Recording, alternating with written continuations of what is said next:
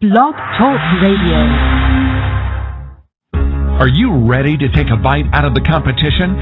Are you looking for ideas to make your business better? Welcome to the Core Business Show with Tim Jacquet, sponsored by Apple Capital Group.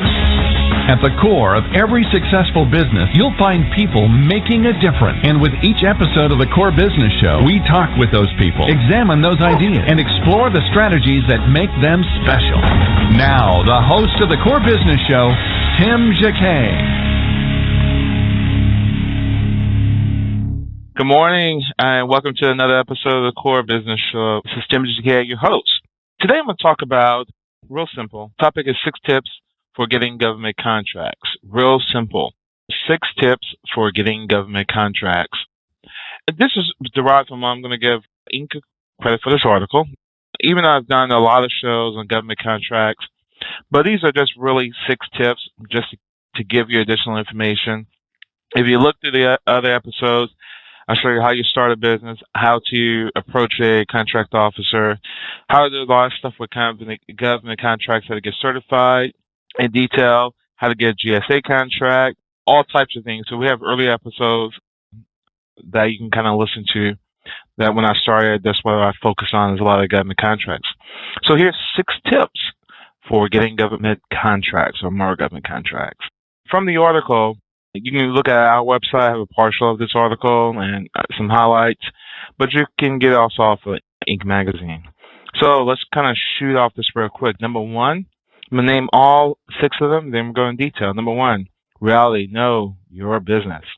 Number 2, be aware of your advantages before stepping into competition. Number 3, get comfy with all the paperwork. Number 4, and we mean all the paperwork. Number 5, check the government database. And number 6, build lasting human relationships. So I'm going in order. Here they said they have more than 31,000 federal contracting opportunities listed in the government clearinghouse, which I know is Federal Bids Ops. Fed Bids Ops, FEDBIZOPPS.gov. There, you should go to the clearinghouse. A large contracts and contracts in general is listed there. Like, for example, today they have 29,000 are out for bid, and this is June. Next 2 months, they're going to start picking up, and you're going to see a lot towards the end of this particular fiscal year because we know cuts are going to happen again. But sometimes the government wait till the last minute and buy things for the fiscal year because you don't use it, you lose it, the way the system works. So as an uptick in mid-July starts to happen, and there's a frenzy when it comes to August and September. And if you take your time right now and get good with a contract officer trying to learn the ropes, do a few deals with them, they will remember you in that last minute. And that's what you really want, to build a lasting relationship that you can depend on them and they can depend on you. So the worst thing, a lot of people don't get awards because they didn't talk to the contracting officer and find out exactly what they need. If you ask the contracting officer, they're going to kind of tell you within their means what they actually need and what you need to do to get an award. If it's price or it's quality, it's going to be the best price, best quality, okay? It's not always going to be the lowest. It's going to be best and best. But they can stick their neck out if they feel like you're the best. They can make that distinction versus always going with the low price, because low price doesn't mean always the best quality. I remember I was on a project a couple of years ago when the military put out this bid for church pew furniture. And ironically, I was on the flight back to Houston with a competitor. And I told them what the problem is. What happened, they set this up early part of the year, and by the time it came in, it was I think July or something like that. Well, they really didn't have time to complain and bid on it. What they had to do is refuse the order. They were kind of upset because now, by the time they go back and do the process all over again, and it's coming from, furniture takes a while to get built, they could not meet their deadline by September 30th. So they were really furious with the manufacturer. Promised them one stipulation. They said, it cannot be made in China. It has to be made domestically. It can't be made in China because they have an embargo with some things by made in China with the federal government.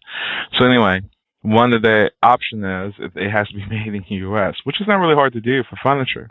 So anyway, it came in. Here is June. Came in. Okay, we only have 3 months left in the fiscal year.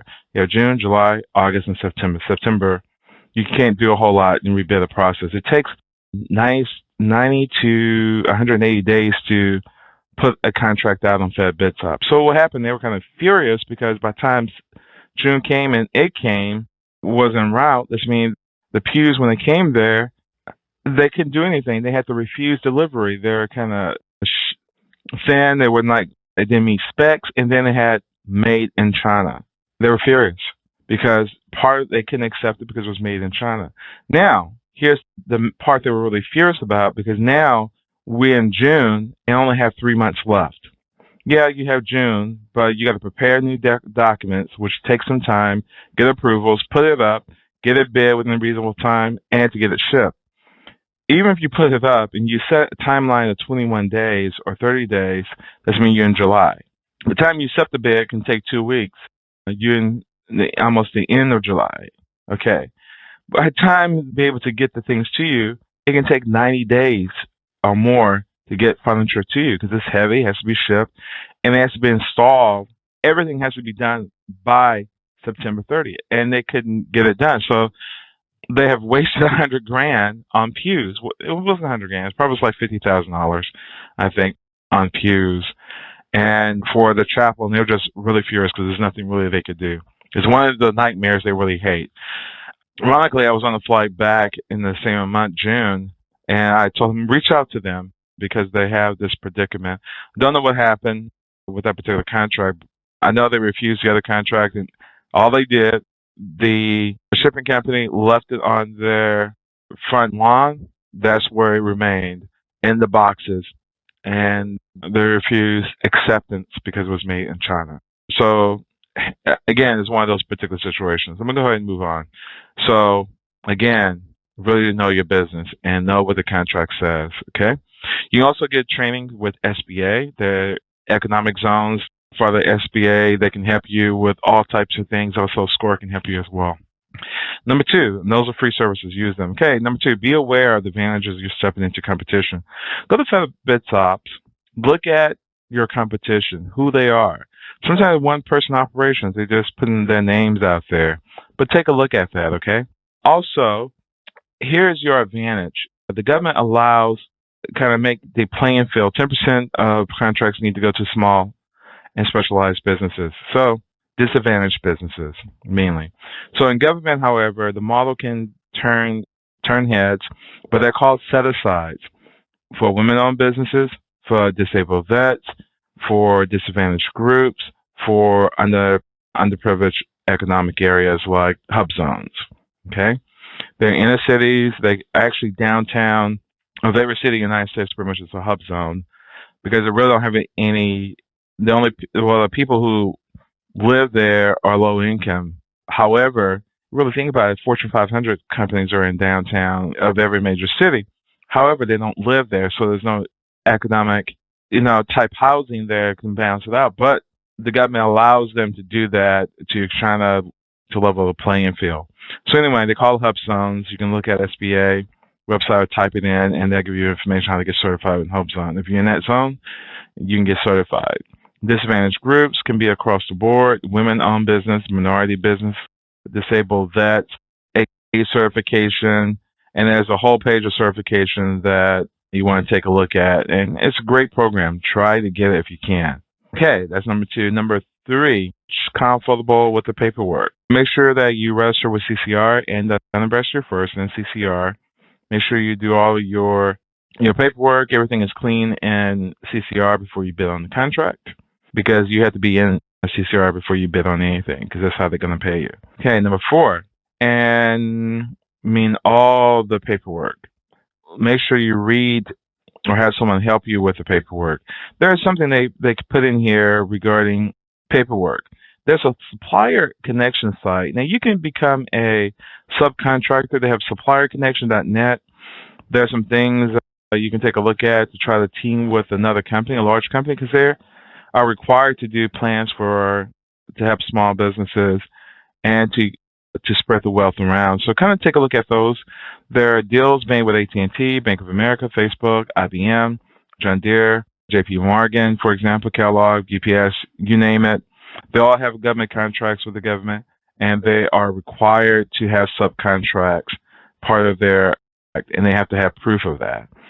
So kind of team with their small business development end of it for certification. Just look into it, and that's a good fit. Okay, that's number 4. Number 5, I mentioned earlier, government database, which is Federal BidSops. There's also some other sites like Federal BidSops. You have to pay, but there's some trial subscriptions you can get. And I think one of them is Find RSP. Let me see. Let me type it in. It's been a while. Give me a moment. It's Find RFP. Okay. You have a free trial. It's called Request for Proposal. Find RFP, and that's a site you can go to. It gives you a lot of state and government contracts, a free trial.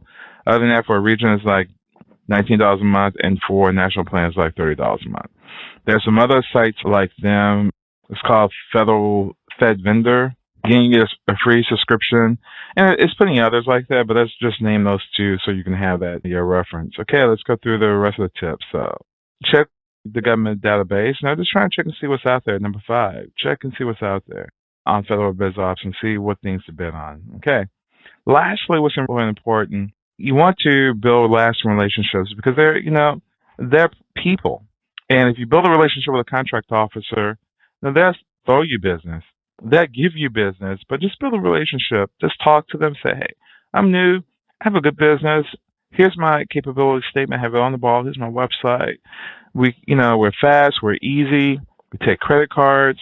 We're in CCR. Do you have anything that, like if you're office supplier company, do you have anything that you need? Or do you have this or that? Kind of shoot them an email maybe a few times a month, trying to touch base with them, maybe once a month. Hey, how you doing? Asking about themselves. So it's really a relationship. Well, and build it with your local agency. So if you're in Texas, kind of focus on the Dallas-Fort Worth areas and the outlying areas because they like local because they can reach you more and they know you're a little bit more reliable.